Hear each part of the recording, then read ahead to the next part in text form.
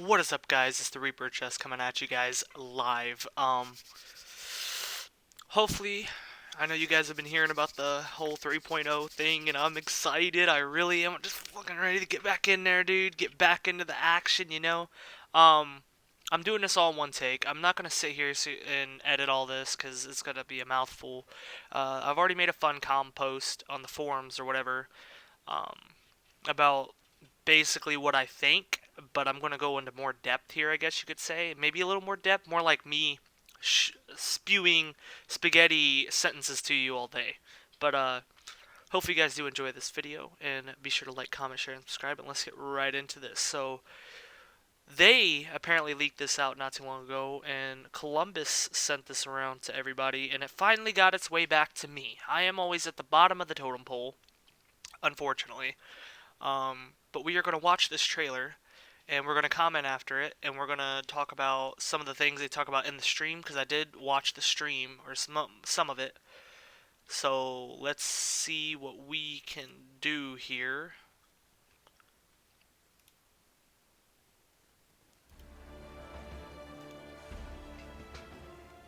3.0 is probably the biggest update we've ever made. It touches almost every aspect of Conan Exiles. Fans should absolutely be excited for 3.0. It is a major patch. It includes sorcery. Sword and sorcery. This is the other half of the genre that's been missing. On top of that, we've got updates to the building system It's going to have a battle pass, perks and attributes revamp. and shop as well, called the Black Lotus Bazaar.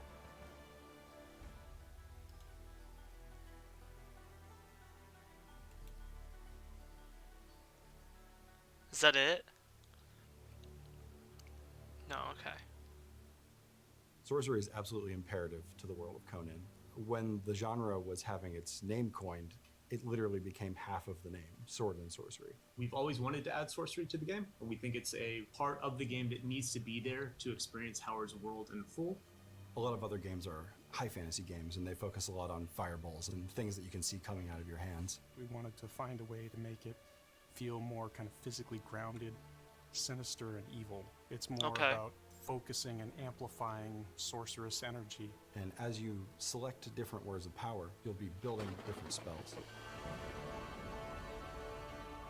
Invisibility is now an ability, huh? That looks Sorcery nutty. is broken up into two different parts. There's rituals and spells.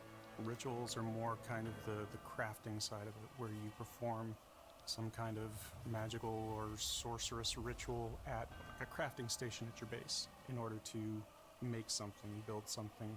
In your base, you'll build a sacrificial stone. You'll drag an unconscious combatant and put them on the stone, and there will be a ritual recipe in that crafting station to offer them as a sacrifice. Perform a ritual, draw their blood, and then the station will open up again and you can take the item out. Tons Okay. of different rituals. Necromancy, for instance, allows you to summon the dead. That's or horrific. the undead mounts. I want A one of couple those. rituals we have are integrated into the fast travel system that I'm we're gonna have to learn how to implementing. do horse So PvP. we have one just that's for kind of a that. set of teleporter pads, and you'll need some blood and some brimstone to fire that pad up. Illusions basically allow you to take weapon or a piece of armor and apply a different look to it. So if you're able to craft two different pieces and you like the look of one but the stats of another, you can apply the look of one to the other. So it allows players to look how they want without sacrificing the stats that they want to have with their equipment. We've also wanted to go through and address all of the perks that we felt were sort of underperforming. All of and them. Sort of give them a facelift. Essentially, we've blown up the entire system and made a new meta. We have All some of them, but great accuracy, ooh. surprises, and we are really changing the way that Conan Exiles plays on all of the attributes. Corruption is a core part of sorcery, so we wanted that to also impact the attribute system. When your character is exposed to corruption, it'll corrupt their form and their whole physical being. With that power, you can corrupt your physical self in order to gain access to special perks. Once you've reached a certain corruption threshold, your character will be able to corrupt their strength, their vitality, or their charisma into improving themselves. These benefits won't show themselves very powerful at first, but as you devote yourself more to the void, they'll start showing up and making you more and more powerful. When we first started working on the game, we implemented the building system in a particular way. But since then, a lot more survival games have come out that have made us realize, hey, we can do a little bit better. Truthfully, I Okay. think the old building system was a little difficult to use with the gamepad. However, with Absolutely. this new system, it's designed to be used with the gamepad, and I think it's going to be so much easier for people. It takes all the crafting recipes, all the building items that you've unlocked, and puts them all in one menu. You can go to the section you want, find the piece you want, and it's a lot simpler. That's gonna be kind of difficult with a The gamepad. creative mode is incredible. You get this admin panel, it unlocks all the building pieces, and you can create your perfect home or castle or That would get fortress. you A banned. fundamental change in how We'll you can discuss build ban in the meta game. later. It'll be really, really easy, I think, for people to build their perfect home. Some building pieces are part of the Battle Pass, and others are going to be in the shop. In the Battle Pass, we have sorcery-themed building pieces, which are built to complement and supplement the existing base building sets.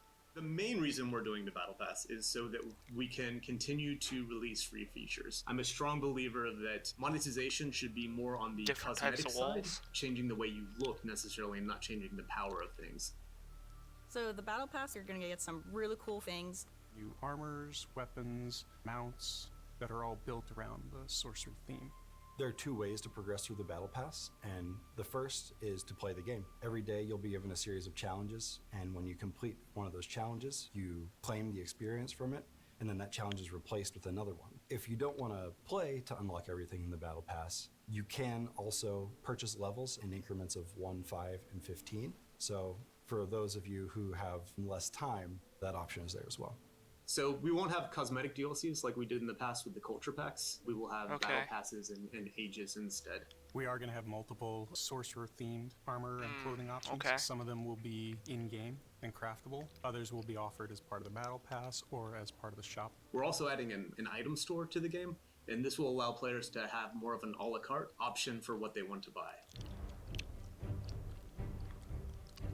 It's been a long time coming, making Sorcery. With each new release of Conan Exiles, we're trying to make the kind of game that we feel like our players want to play and that we want to play. So if you want to see more of this, definitely follow our Conan Exiles Instagram, Facebook, Twitter, all of that. Thank you all for all of your support and for playing our game and enjoying it. And I hope all of you have a great time exploring the world and finding the things to do those dark, evil rituals and become the twisted sorcerer atop a tower.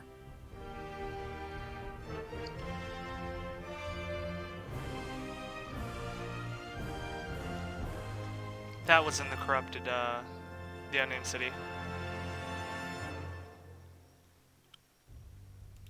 Okay. So, yikes. Need to do better camera quality, I guess. Oof. So let's talk about it.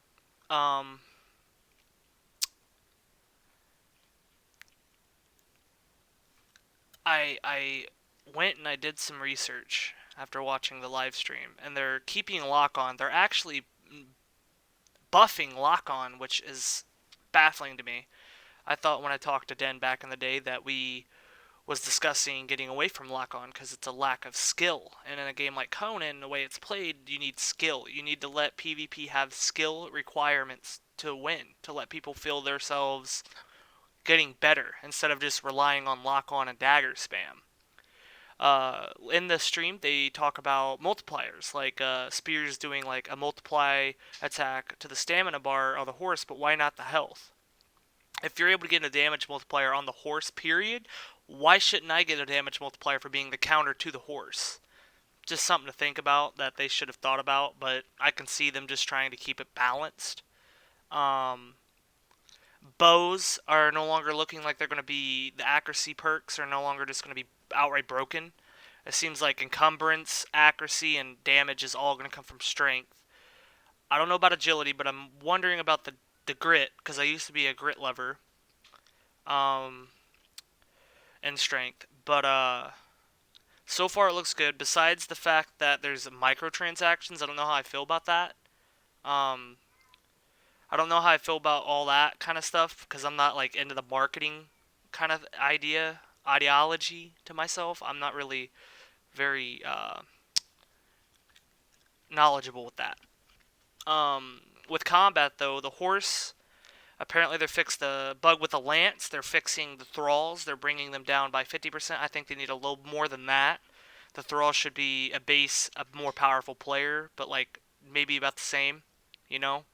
And based on the charisma stat, it looks like that's how you're gonna have them be stronger. It's like they're gonna be base player stats until you have charisma put in. Assuming they're going back to the one follower system, and if you end up getting the upgraded fully on charisma, you can have a thrall and a horse. That's what I'm banking on. I hope to God it's not going to be a horse and two thralls, because that'll just ruin PvP.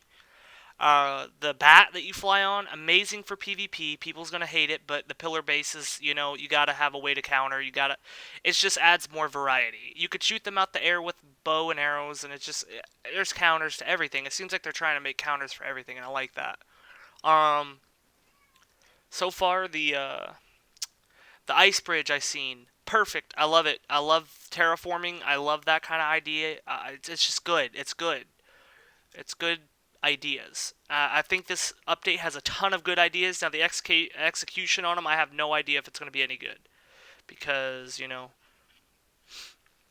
Funcom, or well, at least what their prior history is. Now they've been working on this 3.0 update for a long time, because when I talked to Den before, we were talking about all the issues and everything way back when Den and I used to talk.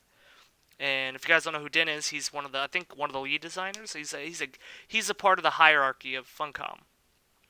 And I remember talking to him about it, and he was really excited for this update. So it's something to behold. I hope with the whole building system that they're adding, I hope the ban meta, which I'm glad I went on to, and I'm thinking of you, Columbus, because you wanted to talk about it at one point. The ban meta has to go. It has to go. The reporting meta is just outrageous, and then banning people over building, which is your core mechanic of the game, has to go. The reason why you guys are banning people is because the extra foundations for land claim, when that's easily solved if you guys just make it to where land claim is based on a flag or a TC like Rust has or anything else like that. But I assume you guys probably already thought of that, because I did see like a flag post in the creative mode that you guys like placed down, and I don't know if that's going to be a thing. If it is, congrats, you guys. I'm going to love it, because that just makes more sense, because then you can actually conquer bases. You don't have to just destroy them and wipe them, which would be more beneficial. You'd have more satisfactory taking over your opponent's base than you would destroying it. I heard somewhere in the Blue Vine, don't know if it's true, but they said you need a hammer to build. Cool, that makes sense. It makes it to where you can repair, build, and stuff like that. You have to have a hammer out.